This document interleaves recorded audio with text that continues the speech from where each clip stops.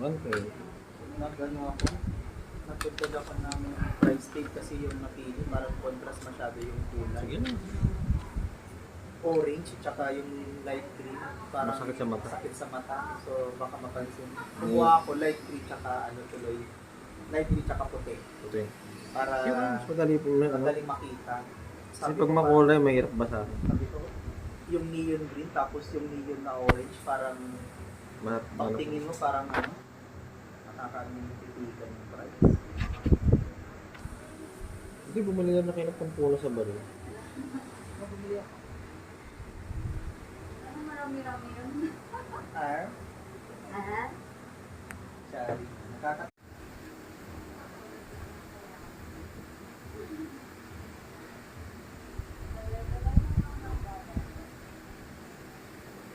So guys. Baka aim point yan. Yun. Hey guys, what's up? Top spot yan. Ito po yung bulot natin. Aim point yan. Punta po kayo sa talk show sa Mega Mall.